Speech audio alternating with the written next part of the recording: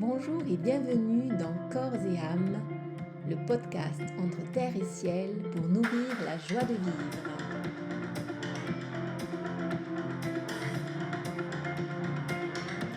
Je m'appelle Sybille et longtemps j'ai été obsédée par l'image que je renvoyais et mon alimentation. J'ai passé 20 ans prisonnière de pensées et de comportements qui me rendaient malheureuse. Enfermée dans le cercle vicieux du contrôle et de la perte de contrôle alimentaire, toute ma vie dépendait de mon poids et de ce que je mettais dans mon assiette. Jusqu'à ce qu'un jour je prenne conscience que je ne voulais plus vivre ainsi. Ce jour-là, tout a commencé à changer pour le meilleur. Dans ce podcast, je vous partage mon parcours, mes réflexions, mes sensations, mes émotions pour vous aider à cheminer sur le chemin de la joie de vivre. Aujourd'hui, c'est l'épisode 2 et il traite du point de vue. Toute petite, mes yeux déformaient les images. Je ne sais pas par quel fruit du hasard, on a découvert que j'avais un astigmatisme. Ce défaut visuel me fait voir le monde autrement. Les lunettes que j'ai portées dès mon 4 ou 5 ans m'ont donné un style autant que la correction nécessaire pour y voir clair. Elles étaient presque rondes et du même bleu que la couleur de mes yeux. À l'âge que j'ai aujourd'hui, c'est la presbytie qui me rattrape. Plutôt que de la percevoir comme l'apanage de l'âge, j'ai choisi de lui donner d'autres attributs. Celui d'affirmer un style à travers 2 paires de lunettes, l'une en bois, qui reflète mon goût pour la nature, et qui me permet de voir de près comme de loin, et une autre de couleur rouge, tulipe, pour me faire voir la vie en couleur et surtout être capable de repérer les détails. Et puis, j'ai aussi appris à voir avec des lentilles, parce que chez moi, lunettes et port du masque ne s'accommodent pas du tout. Avec mes yeux, je peux donc voir le monde qui m'entoure de 4 façons différentes. Mais est-ce vraiment les seules façons de voir ? Je promenais avec Maya un matin d'hiver où le froid pique aux joues, d'un pas alerte et assuré pour me réchauffer. Devant moi s'élevait la Muselle, cette montagne dont on dirait qu'un œil en son centre veille sur nous. Maya prenait tout son temps pour renifler toutes les odeurs qui l'enivraient de joie. Son train, plus lent que le mien, fit en sorte de me faire tourner mon regard pour m'assurer qu'elle me suivait. C'est alors qu'un autre point de vue m'est apparu. Un espace blanc immaculé s'étirait jusqu'à des sapins fiers en plein milieu de mon champ de vision.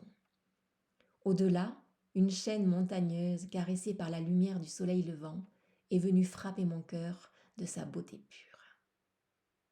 Encore là mes yeux pour me permettre de voir, mais aussi un autre sens invisible à l'œil. Y aurait-il autant de façons de voir que d'êtres vivants ? Alors, où mettons-nous notre regard ? Et quel point de vue nourrissons-nous ?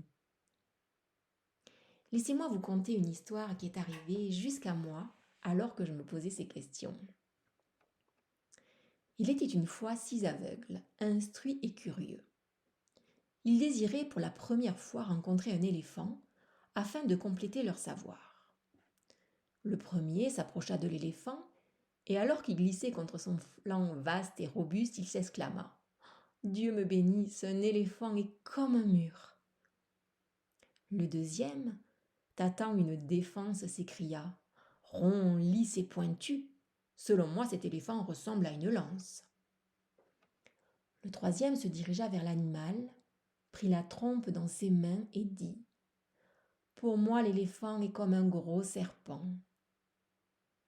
Le quatrième tendit une main impatiente, palpa le genou et fut convaincu qu'un éléphant ressemblait à un arbre. Le cinquième, s'étant saisi par hasard de l'oreille, dit aux autres : « Même pour le plus aveugle des aveugles, cette merveille d'éléphant est semblable à un éventail. »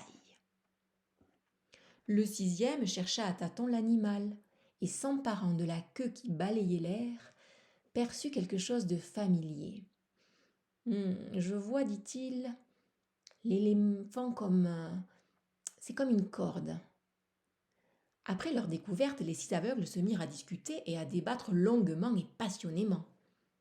Leurs opinions divergeaient et chacun insistait pour faire valoir sa conviction, persuadé que leur perception était l'entière réalité.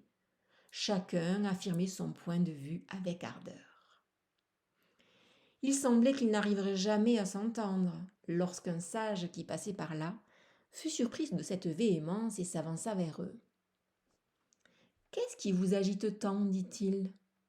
« Nous ne pouvons pas nous mettre d'accord pour dire à quoi ressemble l'éléphant. » Et chacun d'eux lui dit ce qu'il pensait à ce sujet. Le sage amusé s'exclama. « Mais vous avez tous dit vrai. Si chacun de vous décrit l'éléphant si différemment, c'est parce que chacun a touché une partie de l'animal seulement. Et ces parties sont très différentes. L'éléphant a réellement les traits que vous avez tous décrits individuellement selon votre expérience. Et pourtant, aucun d'entre vous ne possède la vérité totale sur cet animal puisque vous n'en avez saisi qu'une partie. Chacun de vous détient une part de la vérité. » S'exclamèrent les aveugles, heureux que chacune de leurs réalités soit prise en compte et comprenant maintenant qu'ils parviendraient à une plus juste réalité de l'éléphant en mettant en commun leurs différents points de vue. Ils discutèrent ensemble, curieux de chaque point de vue, afin de découvrir la réalité de cet animal jusqu'alors inconnu. Notre réalité est toujours partielle, n'est-ce pas ? Ne demande-t-elle pas, pour s'ouvrir à d'autres possibles, de regarder autrement qu'avec nos seuls yeux ? Je fais le vœu que ce podcast embellisse votre perspective autant que celle de mon changement d'angle lors de ma promenade avec Maya. À très bientôt.